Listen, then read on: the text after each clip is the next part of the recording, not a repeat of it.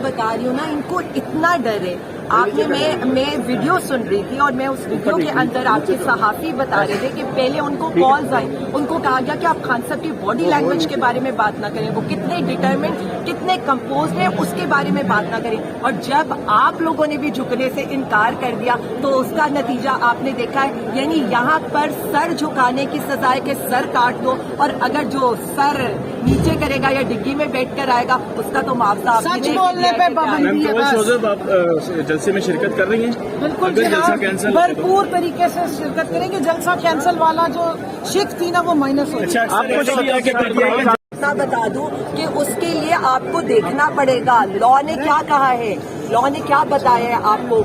उसके लिए ट्रायल होना जरूरी है। अभी सुप्रीम कोर्ट का ऑर्डर है, उनके 5 रुकनी बेंच का ऑर्डर है। वैसे तो इस मुल्क में ना कोई कानून है ना कोई आइन है, हमें तो ये पता चलता है जो उनको एज ए साबिक वजीर आजम सहूलियात देनी चाहिए वो तो छोड़ दें, जो आम क्रिमिनल्स को सहूलियात दी जाती है वो खान साहब को नहीं दी जाती।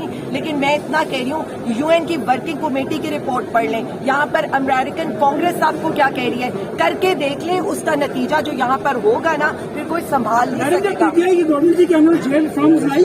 देखिए मैं एक बात करूं, हम जेलों में गए हैं, हमें अंदाजा है कि अब हमें जेल रिफॉर्म्स भी करनी चाहिए, जुडिशियल रिफॉर्म्स भी करनी चाहिए। ये बहुत जरूरी है क्योंकि हम सिर्फ इतना चाहेंगे कि ये जो सारा कुछ हो रहा है खवातीन के अगेंस्ट, पॉलिटिकल जो विक्टिमाइजेशन हो रही है किसी एक पार्टी के अगेंस्ट, ये आइंदा ना हो।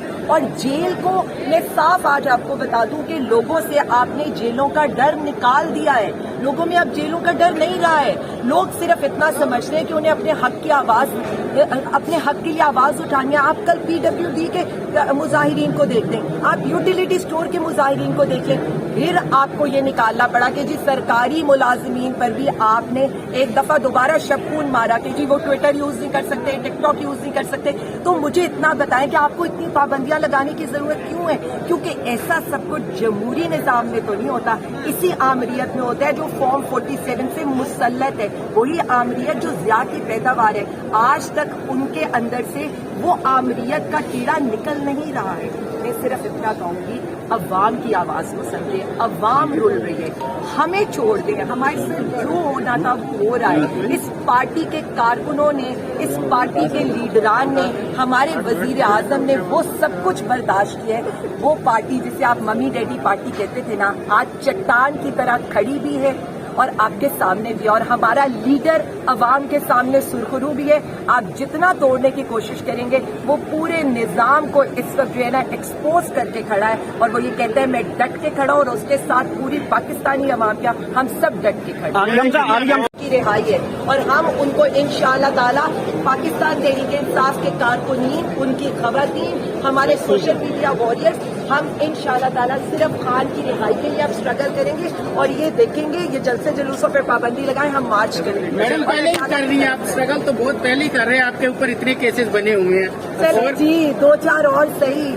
हम तो ये कहते हैं ना, हमारे बोलने पे केस पड़ जाते हैं, हमारे हंसने पे केस हो जाते हैं, तो हम इसलिए बहुत हंसते हैं। आपका डिप्टी सुप्रीटेंडेंट पकड़ा गया था, उनके ऊपर ये इल्जाम लगाया था कि मोबाइल से इमरान खान जो है वो लंदन में जो है बातें कर रहा था। आप भी जो ट्वीट है वो जेल के दौरान हुआ, तो आपको भी मोबाइल की एक्सेस दी जा रही थी? देखिए मैंने तो अभी थोड़ी देर पहले बताया कि हमें तो आज पता चला कि 35 जो है वो जेल में भी चलता है। काश पहले बता देते तो 16 महीने हम इतने बोर तो ना होते, घर वालों से तो बात कर लेते जिसके लिए जेल ऑर्डर की जरूरत है। लेकिन मैं आपको सिर्फ इतना बता दूं, आप बच्चों से ना बात करके हमारे लीडर को तोड़ना चाहते हैं, लेकिन वो चट्टान की तरह खड़ा है।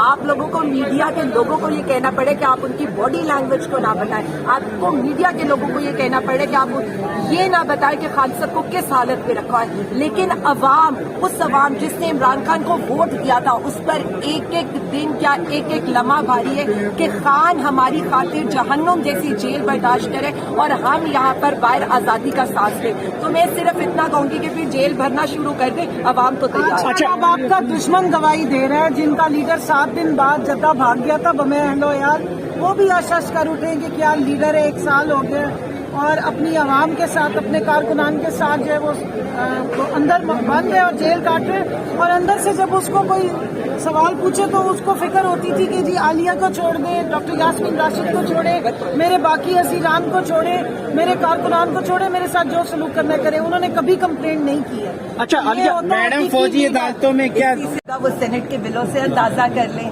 کہ یہ، تو پھر ہم پھر یہی سوچیں گے کہ چلیں اب آپ اگر جلسوں پر پابندی لگانے لگے ہیں تو چلے پھر کوئی مارچ ہی صحیح. 8 ستمبر کا جلسہ ہو رہا ہے. 8 کا جلسہ ہو رہا ہے. جو بات سمجھیں جتنا ڈر ان کو ہوا ہے تو ضرورت نہیں. میں ان کو یہ بتا رہی ہوں کہ یہ سینٹ کے بل لے کر آئیں یا یہ جو مرضی کر لیں، عوام اپنا فیصلہ کر چکی ہے. 8 فروری کو خاموش انقلاب آیا تھا نا، اب یہ جو اس وقت مسلط کردہ حکومت ہے نا، اس کا آخری کیل یہ ہم ٹھوک دیں گے. میڈم پہلے آپ اور خبر بھی آئی. آپ کی پارٹی نے خود ہی ابھی ملتوی عمران خان اندر باندھا تو جلسے کی اجازتیں دیتے ہوئے ان کی ٹانگیں کہاں پہ ٹانگ رہی ہیں. جس دن وہ باہر آئے گا پھر دیکھیں کیا سی. میڈم لاسٹ جی میرے اوپر 4 فیصل آباد کے مقدمے ہوئے، 2 میاں والی کے مقدمے ہوئے، اور ایک اب یہ جو 29 اگست کو فیڈرل کا FIA کا کیس ہوا. اور اس کے بعد آپ یہ سوچ لیں کہ مطلب میں روز ایک شہر کیا، پھر میں صبح ایک شہر ہوتی ہوں، دوپہر میں دوسرے شہر ہوتی ہوں، اور پھر اس کے بعد جیل ٹرائلز الگ ہیں ہمارے. اور جیل ٹرائلز میں بھی یہ ہے کہ اگر آپ ایک وقت میں مطلب 8 بجے صبح وہاں نہیں پہنچیں گے تو آپ کے وارنٹ ایشو ہو جائیں گے. اور انٹرسٹنگ بات یہ کہ جج صاحب کہتے ہیں میں نے تو وارنٹ. وہ میں نے سپر ہیومن ہے.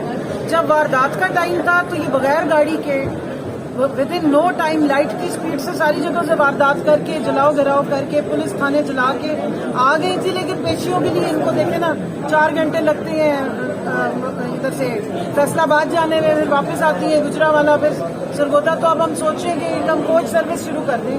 تمام اسیران جو باہر آتے ہیں ان کی اتنی جگہوں پہ پیشی ہیں اور وہ باہر نکل کے پتہ نہیں کیوں سپر ہیومن نہیں رہتے. اور ہماری عدالتیں اس بات پہ سوال کیوں نہیں کرتی.